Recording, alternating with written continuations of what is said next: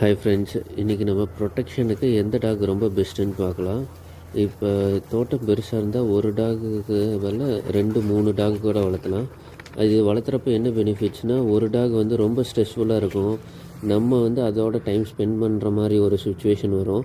இப்போ 2-3 டாக் அந்த மாதிரி வளர்த்த ஆரம்பிச்சிட்டிங்கன்னா, அதுக்குள்ளேயே ஒரு டீம் ஃபார்ம் ஆகி அதே ஜாலியாக ஓடி பிடிச்சி அந்த மாதிரி டைம் ஸ்பெண்ட் ஆகும். நம்ம ரொம்ப பிஸியாக இருக்கோம் ஒர்க்கில், நம்ம அது கூட எல்லாம் டைம் ஸ்பெண்ட் பண்ண முடியலாதவங்க இந்த மாதிரி தோட்டம் பெருசாக வச்சுருக்கவங்க 2-3 டாக் கூட வச்சுக்கலாம்.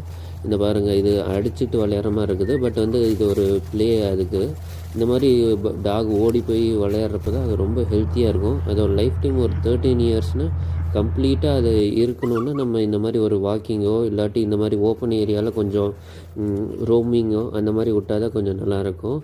அவ்வளோ தூரம் ஓடிட்டு வந்ததுனால எவ்வளோ கலப்பில் தண்ணி குடிக்குது பாருங்களேன், எவ்வளோ அழகாக. Thank you friends.